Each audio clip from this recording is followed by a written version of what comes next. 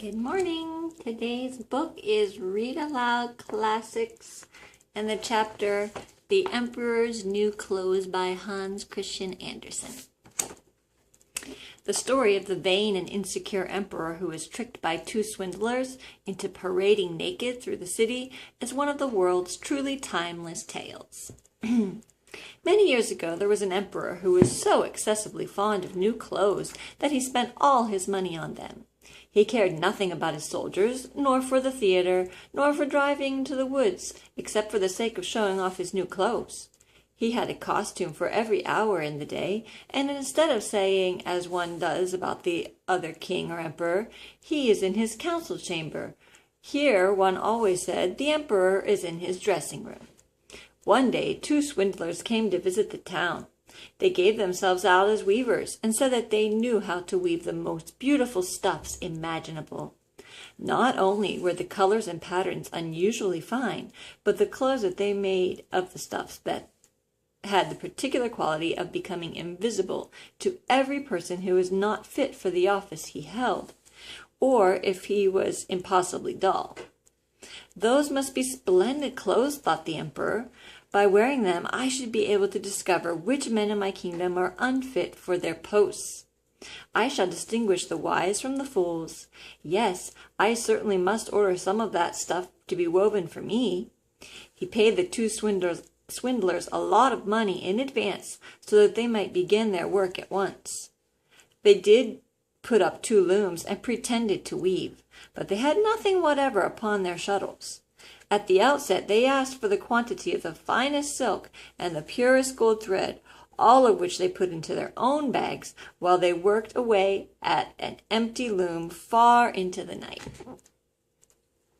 "I should like to know how those weavers are getting on with the stuff," thought the emperor, but he felt a little queer when he reflected that anyone who is stupid or unfit for his post would not be able to see it. He certainly thought that he need have no fears for himself, but he still thought he would send somebody else first to see how it was getting on. "I will send my faithful old minister to the weavers," thought the emperor. "He will be able to see how the stuff looks. He is a clever man, and no one fulfills his duties better than he does." So the good old minister went into the room where the two swindlers sat working on the empty loom. "Heaven preserve us," thought the old minister, opening his eyes very wide. "Why, I can't see a thing." But he took care not to say so. Both the swindlers begged him to be good enough to step a little nearer, and asked him if he did not think it was a good pattern and a beautiful coloring. They pointed to the empty loom, and the poor old minister stared and pretended to see the cloth. "Oh, it is beautiful, quite charming," said the old minister, looking through his spectacles. "This pattern and these colors, I will certainly tell the emperor that the stuff pleases me very much." "We are delighted to hear you say so," said the swindlers, and then they named all the colors and described the particular pattern. The old minister paid great attention to what they said, so as to be able to repeat it when he got home to the emperor. Then the swindlers went on to demand more money, more silk, more gold to be able to proceed with the weaving, but they put it all in their own pockets. Not a single strand was ever put into the loom. And they went on as before, weaving on the empty loom. The emperor soon sent another faithful official to see the weavers, but he too could see nothing at all. "Is it not a beautiful piece of stuff?" said both the swindlers, showing and explaining the beautiful patterns and the colors which were not there to be seen. "I know I am not a fool," thought the man, "so it must be that I am unfit for my good post. It is very strange, though. However, one must not let it appear." So he praised the stuff he did not see, and assured him of his delight in the beautiful colors and the originality of the design. "It is absolutely charming," he said to the emperor. Everybody in town was talking about this splendid stuff. Now the emperor thought he would like to see it while it was still on the loom. He selected two faithful officials who had already seen the imaginary stuff, and went to visit the crafty impostors who were working away as hard as ever they could at the empty loom. "It is magnificent," they said.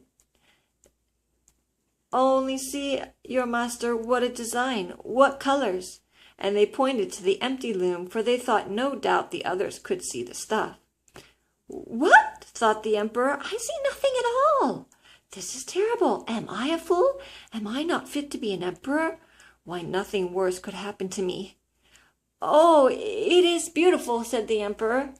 "It has my highest approval." And he nodded his satisfaction as he gazed at the empty loom. Nothing would induce him to say he could not see anything. The whole suite gazed, but saw nothing more than all the others. However, they all exclaimed to his majesty, "It is very beautiful," and they advised him to wear a suit made of this wonderful cloth on the occasion of a great procession which was just about to take place. "It is magnificent, gorgeous, excellent," went from mouth to mouth. They were all equally delighted with it. The emperor gave each of the rogues the title Gentlemen Weavers. The swindlers sat up the whole night before the day in which the procession was to take place, cutting the air with a huge piece of scissors, and they stitched away with needles without any thread in them.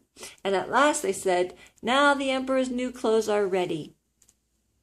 The emperor, with his grandest courtiers, went to them himself, and both swindlers raised one arm in the air as if holding something, and said, "See, these are the trousers, this is the coat, and here is the mantle," and so on. It is as light as a spider's web. One might think one had nothing on, but that is the very beauty of it. "Yes," said all the courtiers, but they could see nothing, for there is nothing to be seen.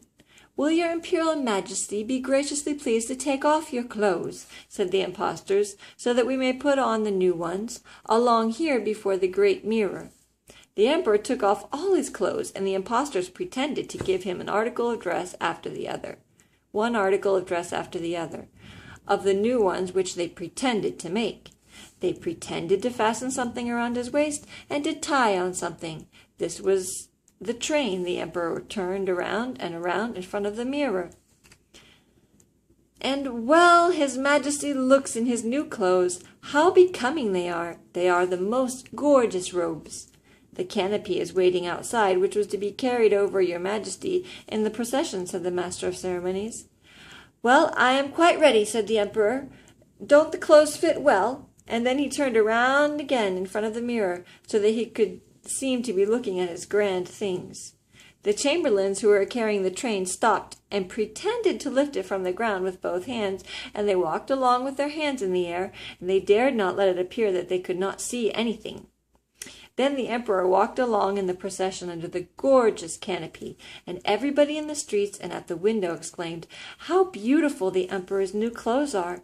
What a splendid new train! And they fit to perfection. Nobody will let it appear that he could see nothing, for they would be not fit for their post, or else they were a fool." None of the emperor's clothes had been so successful before.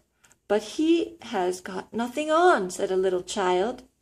"Oh, listen to the innocent," said his father.